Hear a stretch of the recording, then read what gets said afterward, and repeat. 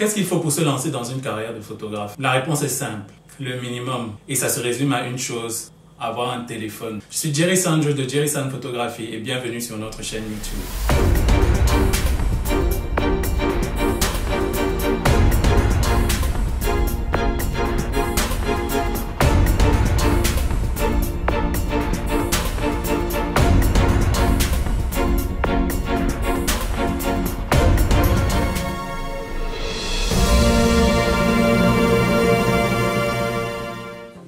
Alors, je crois que la plupart de nos achats aujourd'hui concernant les appareils mobiles sont en gros définis par notre besoin d'avoir un téléphone. C'est devenu notre meilleur ami, confident, notre forme ultime de loisir et en cette période de confinement encore plus. Alors, j'ai pensé à mettre sur pied cette vidéo parce que je reçois beaucoup en DM de jeunes photographes, des magazines, des blogueurs qui me demandent ce qu'il faut au minimum pour commencer une activité qui requiert un appareil photo. Et j'ai souvent du mal à trouver la réponse. Après avoir fait une introspection pendant cette période de confinement, je me dis, j'ai commencé la photo bien avant d'avoir un appareil photo réflexe, comme on l'appelle, un DSLR. Et ça a commencé avec le téléphone. J'avais 18 ans quand j'ai acheté mon premier téléphone. J'entrais à la fac. Mon premier téléphone avec mes propres sous, mes propres économies. Et c'était un Samsung. Et le deuxième téléphone que j'ai pu acheter, c'était 6 mois après parce que je tenais absolument à upgrade la caméra de mon téléphone. Et par la suite, tous les achats que j'ai faits concernant mes téléphones étaient motivés par le besoin d'avoir une caméra puissante qui me produisait des images de qualité et aussi une mémoire conséquente. Donc aujourd'hui plus que jamais, je pense qu'avec un téléphone, on peut faire de grandes choses. J'ai utilisé Samsung pendant près de 13 ans que j'utilise la marque Samsung et elle ne m'a jamais fait faux bon. Surtout au début parce que les photos que l'on prend de la nature ou du paysage ou des bâtiments, de l'architecture, tout ce qui est très urbain, les photos sur Samsung les rendent vraiment bien. Et je pense que quand on est blogueur, si on n'a pas de budget, parce que la plupart du temps on ne fait pas pour l'argent, on n'a pas besoin de se ruiner avec une DSLR qui requiert d'avoir des objectifs, des flashs et avec un téléphone dernière génération, que ce soit sur Android ou sur iOS, on peut avoir de meilleurs rendus. Aujourd'hui, la motivation de cette vidéo, c'est de vous dire, si vous avez un téléphone, vous êtes déjà partant pour être un photographe. Le téléphone et la passion, c'est tout ce dont vous aurez besoin. Donc tout ce que je vais apporter comme plus à cet élément-là, c'est des accessoires qui peuvent rendre tout ce que vous produisez comme image sur vos téléphones plus agréable à l'œil nu. La photographie, c'est de la lumière. Je ne suis pas très technique quand il s'agit des termes, mais si vous avez une bonne lumière, vous pouvez faire de merveilleuses choses avec un appareil, que ce soit un appareil photo ou un téléphone. Récemment, je me suis procuré un iPhone. Je vois déjà mes amis me dire d'ici là. J'ai longtemps combattu la marque iPhone, c'est pour ça que je dis ça. Et damn! Les portraits sur iPhone sont d'une qualité spéciale. Et ce n'est pas le dernier iPhone que je me suis procuré. J'ai un iPhone 7 Plus qui me produit des images de dingue. Et je pense que pour l'amateur, ça sera encore plus dingue. Que ce soit la personne qui regarde la photo ou la personne qui l'a fait, que ce soit sur iOS ou sur Android. Ça, vous ne regretterez pas. Et si vous avez des lumières, comme en ce moment celle qui éclaire cette vidéo, c'est une lumière que j'ai achetée sur Amazon en package de 3. Il y avait 3 lumières, un stand pour fond et 3 fonds fournis, un blanc, un noir et un vert pour les vidéos. Ça m'a à peine coûté 50 000 francs. Si vous êtes sérieux à propos de vos blogs ou de vos vidéos ou de vos photos, je pense que ce n'est pas cher. Là, j'utilise une seule lumière. Je vais essayer de prendre une photo avec le téléphone. Non. Je mettrai des images que j'ai prises avec de bonnes lumières, que ce soit à la lumière du soleil, que ce soit avec des lumières de studio. Franchement, si vous avez de bonnes lumières, si vous avez un bon éclairage, vos photos seront magnifiques.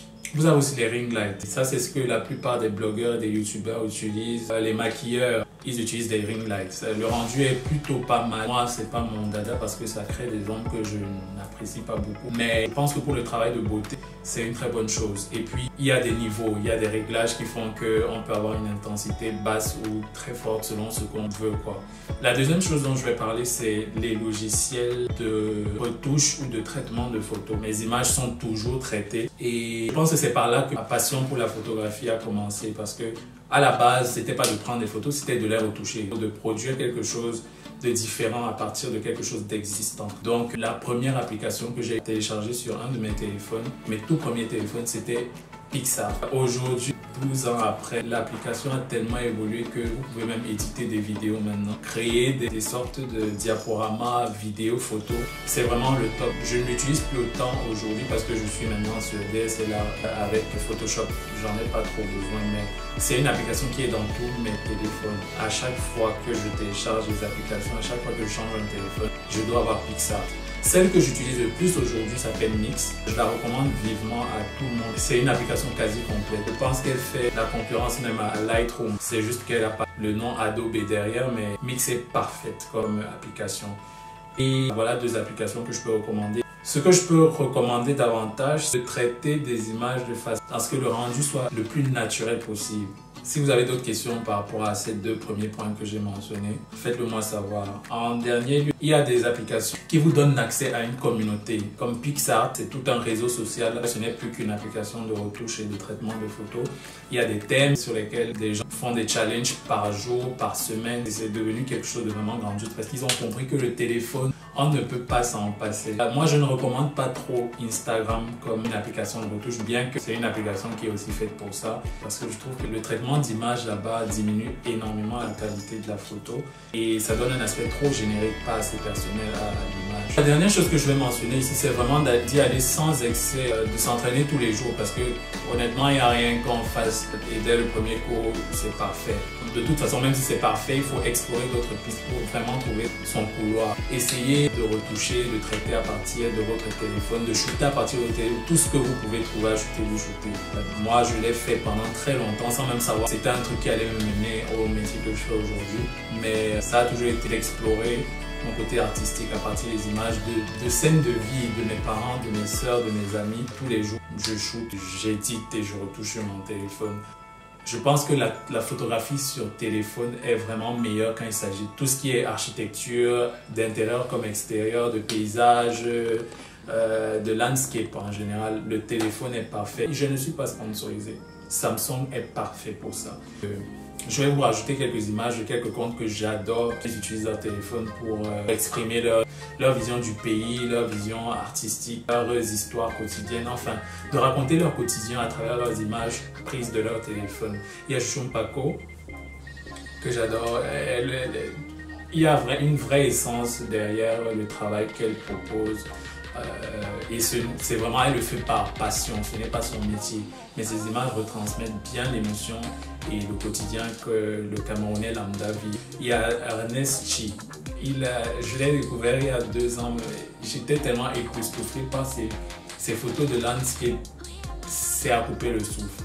Et enfin, il y a Jun Machia qui lui raconte. Il y a quelque chose de très énigmatique dans enfin. Je n'ai pas les mots, donc je vais juste vous mettre quelques images de ces trois-là.